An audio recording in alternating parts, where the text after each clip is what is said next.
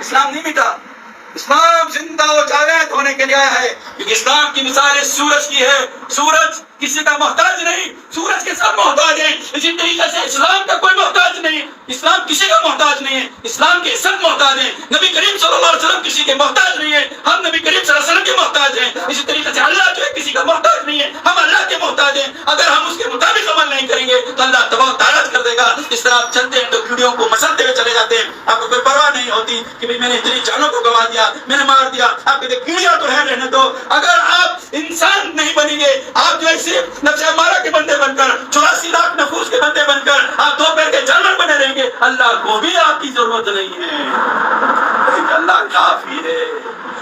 اپنے ملائکہ کے ساتھ نصرت دکھایا تو اس نے بدر کے محاذ میں، دنیا نے دیکھ لیا کس طریقے سے 1000 پہ غالب آ رہے ہیں۔